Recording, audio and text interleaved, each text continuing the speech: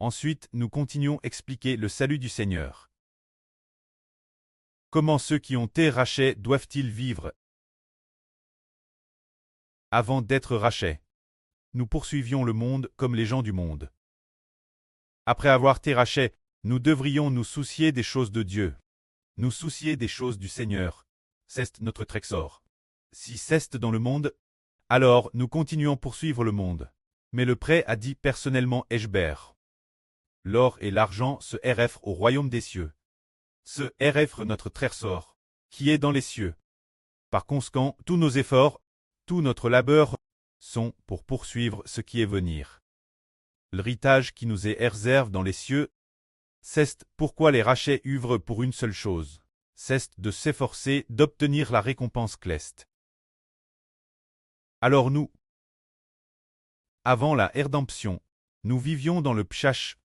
Maintenant que nous sommes rachetés, nous vivons dans la sainteté et la justice, s'efforant chaque jour de servir, s'efforant de faire l'œuvre de l'Évangile, et nous découvrons que le pré céleste à DJ prépare une récompense abondante pour nous. Tout comme l'apôtre Paul autrefois. Après avoir parcouru le temps de sa vie, il a écrit de nombreuses lettres dont l'une adresse un frère. Un frère nomme Timothée. Il a écrit 2 livres au frère Timothée. Dans l'une de ses livres, il a écrit « Je suis comme une libation offerte Dieu, se dire que j'ai couru la course que je devais courir, j'ai achevé le parcours que je devais faire. Maintenant une couronne réserve m'attend.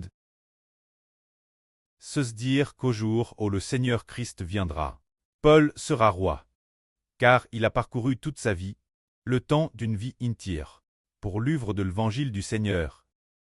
Il était comme une libation, comme le vin offert en sacrifice Dieu, offert dans l'œuvre de l'Évangile, se dire qu'il a comparé sa vie une bouteille de vin. Cette bouteille de vin est offerte dans l'œuvre de l'Évangile. C'est comme offrir une bouteille de vin, et ensuite la verser sur l'autel, comme si elle était versée sur l'offrande de Dieu pour lui très présente. Alors ne devrions-nous pas aussi pour l'Évangile nous comporter comme une bougie? Chaque jour où elle brûle, c'est pour l'œuvre de l'Évangile. Chaque jour que nous brûlons, nous nous efforons pour l'œuvre de Dieu et du Seigneur. Alors quand la bougie est sur le point de s'éteindre, nous disons « J'ai couru la course que je devais courir. J'ai achevé le parcours que je devais faire. Maintenant, dans les cieux, le pré céleste et le Seigneur m'ont dit et réserve une couronne abondante. Attendant le jour où le Seigneur viendra, il me la donnera. Alors nous disons que nous sommes rachetés, et nous devons nous efforcer pour l'œuvre de l'Évangile. Se dire s'efforcer ensemble pour l'Évangile du Seigneur et du frère Hubert.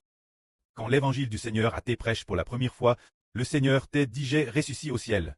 Mais ce qui est merveilleux, c'est que lors de la prédication de l'Évangile du frère Eshber, le frère Ashber est encore vivant. Perchant d'abord l'Évangile, et c'est dans le futur que le frère Ashber présentera la Ranon.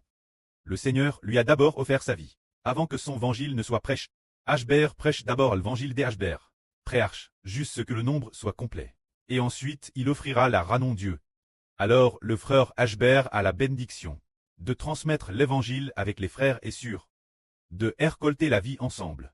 Que la gloire soit auprès et au Seigneur. Amen.